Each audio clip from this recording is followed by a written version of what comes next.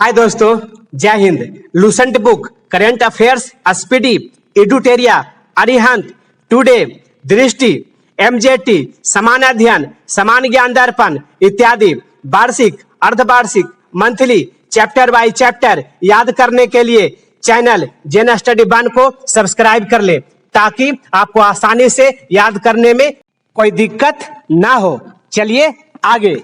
अभी हम लोग याद करेंगे करेंट अफेयर्स वार्षिकांक 2024 का समसामयिक विविध साथियों चैप्टर। ठीक है, चलिए जल्दी से बगैर टाइम गवाए हुए हम लोग चैप्टर पर चलते हैं। थोड़ा सा देख लेते हैं कवरेज का। ऐसे हम लोग पहले भी देख चुके हैं बहुत बार। ये देखिए स्पीडी पब्लिकेशन, इसमें 2200 प्रश्न था साथियों। ये मुख्य आकर्षण, और ये मार्च 2023 से 1 फरवरी 2024 तक ये बुक कवर कर रहा था साथियों। कुछ ही दिन के बाद अगला बुक आने वाला है, हम लोग उसको भी चैप्टर वाइज चैप्टर याद करने वाले हैं साथियों। तो मैं चाहूँगा कि आसानी से आप लोगों को जेहन में आ जाए, याद हो जाए, ताकि भूले ना साथियों। चलिए बगैर टाइम गवाए हुए हम लोग चैप्टर पे चलते हैं। ये सब देख चुके थे हम लोग साथियों। ये देखिए कंटेंट्स है। चलिए इसी को हम लोग यहाँ से आज याद करेंगे। आप लोग लिख भी सकते हैं या तो फिर बढ़िया से सुनिए, मैं याद करवा के जाने वाला हूँ साथियों। ठीक है, करेंट अफेयर्स समसामयिकी विविध, इसी चैप्टर को आज याद करेंगे। तो चलिए आगे यहाँ से स्टार्ट किया जाए। देखिए रिजर्व बैंक द्वारा जारी नवीनतम जो दरें हैं, जो नवीनतम दर लागू हुआ है वो है परसेंटेज वाइज परसेंटेज साथियों, ध्यान दीजिएगा। ठीक है, बैंक दर 6.75%, रेपो दर 6.50% और रिवर्स रेपो दर 3.35%। ये रिवर्स रेपो दर जो है ये बहुत इंपॉर्टेंट है साथियों। इसके बारे में आप लोग डिटेल से पढ़ लीजिएगा। CRR 4.50%, SLR 18.00%, MSF 6.75% और 1 फरवरी 2024 की स्थिति के अनुसार दिया गया। ठीक है, आगे बढ़ घट भी सकता है ये। चलिए भारत मंडपम जो बहुत छाया था, उसका जो महत्वपूर्ण तथ्य है जो दिल्ली में हुआ था वो है उसका जो महत्वपूर्ण तथ्य जो बैठक हुआ था उसका ये बारी बारी से हम लोग उसको ध्यान देंगे साथियों। दिल्ली के प्रगति मैदान में स्थित एक अंतर्राष्ट्रीय प्रदर्शनी सह सम्मेलन केंद्र IECC, जिसे भारत मंडपम के नाम से जाना जाता है, का उद्घाटन प्रधानमंत्री श्री नरेंद्र मोदी के द्वारा 26 जुलाई 2023 को किया गया। और उस समय एक बहुत बड़ा सम्मेलन भी हुआ था। आप लोग इसका नाम बताइएगा। चलिए इसका नाम भारत मंडपम भगवान बासवेश्वर की अनुभव मंडपम की अवधारणा से प्रेरित है। आगे इसके वास्तुकार संजय सिंह एवं साइमन NAF स्पेनिश हैं। इसका निर्माण Shapoorji Pallonji and company limited ने किया है। इसका संचालन एवं प्रबंधन ITPO द्वारा किया गया है, जो भारत सरकार के वाणिज्य और उद्योग मंत्रालय के तहत एक व्यापार संवर्धन एजेंसी है।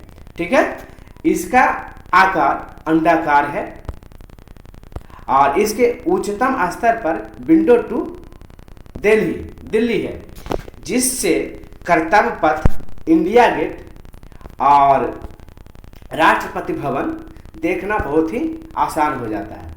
इसके उच्चतम स्तर पर 7000 लोगों की बैठने की पूर्णतः व्यवस्था है साथियों।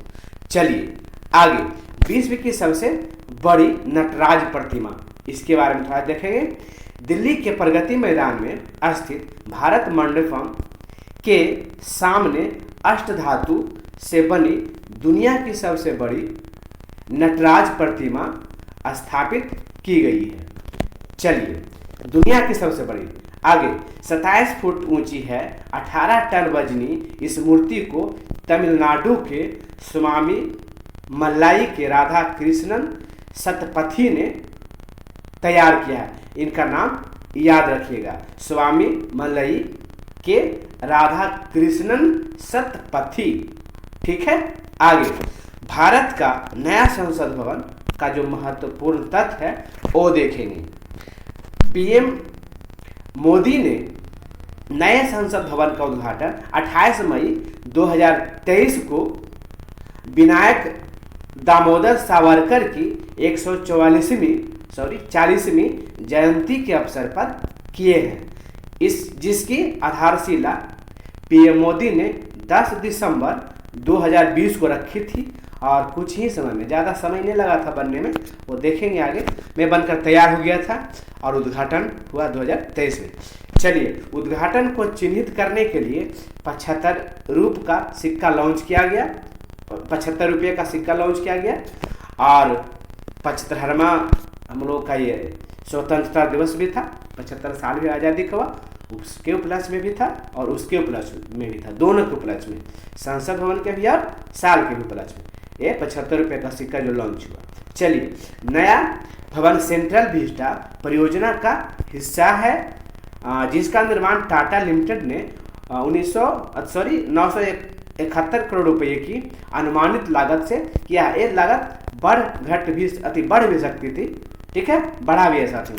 आगे, भवन का design HCP design and planning company ने किया है। त्रिभुजाकार आकार वाले भवन का क्षेत्रफल 64,500 वर्ग किलोमीटर है। नए संसद भवन के संयुक्त सत्र में कुल 12,72 लोग बैठ सकेंगे। नए संसद भवन के संयुक्त सत्र में जो कुर्सियां हैं उनकी संख्या 1272 है, मतलब उतना लोगों के बैठने की वहाँ व्यवस्था है। नए संसद भवन के लोकसभा सदन में 888 सदस्यों तथा राज्यसभा में 384 सदस्यों की बैठने की कुल व्यवस्था है। नए संसद भवन के वास्तुकार विमल पटेल हैं, इनका नाम भी याद रखिएगा।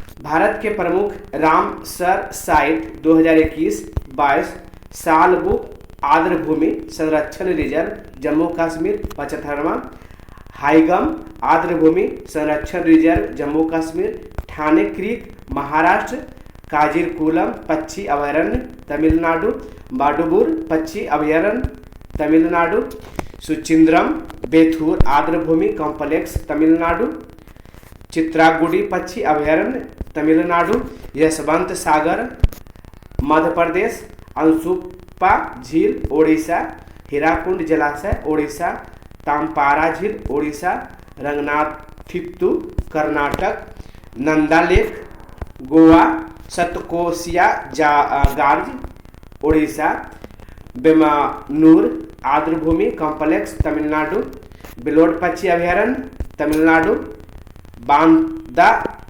थांगल पक्षी अभयारण्य तमिलनाडु, उदय मार्तंडपुरम पक्षी अभयारण्य Tamil Nadu, gulf of Mannar biosphere reserve Tamil Nadu, Koonthankulam पक्षी अभयारण्य तमिलनाडु, सिरपुर तालाब इंदौर जो कि मध्य प्रदेश, पाला आर्द्रभूमि